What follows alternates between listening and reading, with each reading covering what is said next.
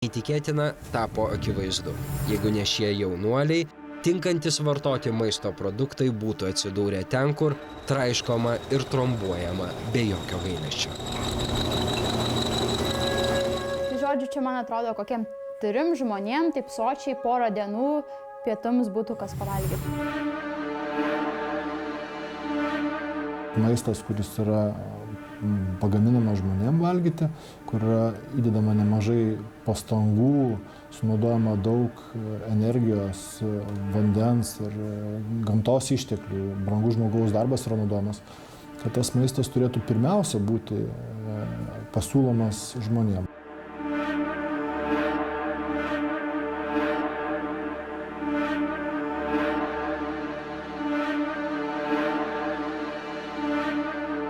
Gaminant maisto produktus naudojamas iškastinis kuras, trąšos ir gėlas vanduo. 1 kilogramui jautienos pagaminti sunaudojama virš 15 000 litrų vandens, o kilogramui duonos net 2000 litrų.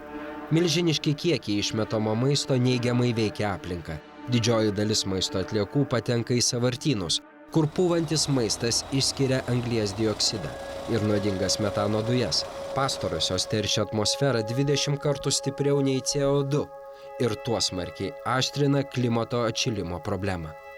Kas tikrai apčiuopiamai daro žalos pasaulio ekonomikai, tame tarpe ir mūsų šalies ekonomikai. Tai man atrodo, kad mūsų ministerija aplinkos ir už aplinkos apsaugą atsakingi politikai turėtų daugiau dėmesio skirti tyrimams ir analizai, kur maisto atliekos keliauja, kodėl jos susidaro ir ar yra kokių nors būdų sumažinti jų kiekį. Maisto švaistymas tiesiogiai įtakoja globalų atšilimą. Vandenys per pastaruosius keletą metų dar greičiau sugeria šilumą, o šiltesni okeanai turi žiaurias pasekmes. Prisiminkime taifūną Haiyan, laikoma 4. pagal stiprumą audra istorijoje. Vandenynams šylant, tokių audrų tik gausės. Šildamas vanduo plečiasi, maždaug trečdalis jūros lygio kilimo vyksta dėl vandens plėtimosi. Manoma, jūros lygio kilimas spartės, keldamas grėsmę daugeliui pasaulio didžiųjų miestų. Ir tai tik dalis gresiančių katastrofų.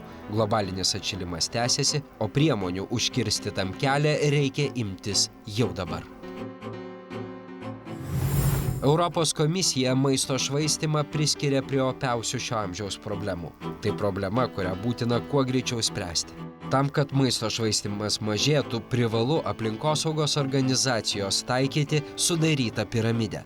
Jos turėtų laikytis visos šalis. Tuomet bus pasiektas bendras efektas. Piramidės punktai turėtų būti vykdomi tokia tvarka. 1. Stengtis mažiau pirkti ir užsakinėti tik tiek maisto, kiek tikrai reikia. Planuoti ką, kaip ir kada gaminti, valgyti.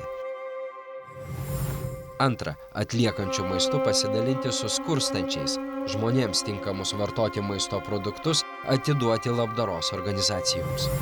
3. Nebetinkamų žmonių vartojimui produktus naudoti gaminant pašarus.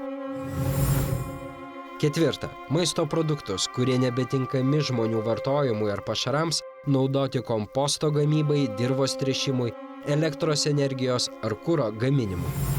Ir 5. Sunaikinti ar į sąvartynus išmesti reiktų tik tuo atveju, jei maisto atliekų jau neįmanoma ekologiškai panaudoti ar perdirbti. Kaip Lietuvoje supainioti šie punktai, įsitikinome. Reikia imtis tų priemonių arba savarankiškai, arba galbūt valstybės iniciatyva, kad laiku sužiūrėti, kad jeigu lieka to maisto neparduodama su visom geriausiom pastangom, kad vis dėlto tą maistą operatyviai atiduoti, jį suvartoti. Nes tai yra socialiai teisingas kelias, taip turėtų būti daroma. Maisto bankas beldžiasi į prekybos tinklų aukščiausios valdžios duris. Labdaros organizacijų nuolatiniai prašymai atiduoti atliekantį maistą nepasiturintiems sulaukia vis daugiau dėmesio. Mes, kaip ir sakiau, pavienės tokias siuntas atiduodame labdarai. Bet mes iš tikrųjų šiuo metu svarstome galimybę bendradarbiauti su Maisto banku ir atiduoti paskutinės datos galiojimo produktus jiems. Tai yra tuos produktus, kurie tinkami dar vartoti. Mes labai džiaugiamės, kad subrendame tokiam sprendimui iš tikrųjų. Montuodami šį filmą sužinojome, kad Maisto bankui besibaigiančio galiojimo pieno ir duonos produktus ėmė tiekti prekybos tinklas Rimi. O prekybos tinklas Maxima šiai labdaros organizacijai jau atiduoda prekybai netinkamus, bet tinkamus vartoti vaisius ir daržoves. Besibaigiančio galiojimo maistą labdarai skiria ir alijansas Aibė.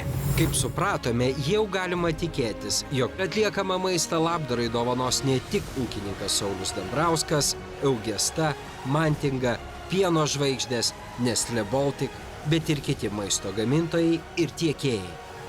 Ir tuomet galėsime didžiuotis. Ši piramidė bus tokia, kokia ir privalo būti. O svarbiausia, tūkstančiams alkstančių nebereiks užmigti alkaniems.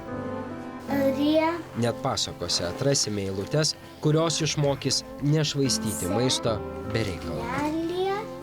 Duonelę kepa, o senelis sako: senutė, pažvelk, duonkubilio kraštuose dar liko šiek tiek tešlos. Gal ją grandykime ir padarykime mažą kepaliuką, pagranduką.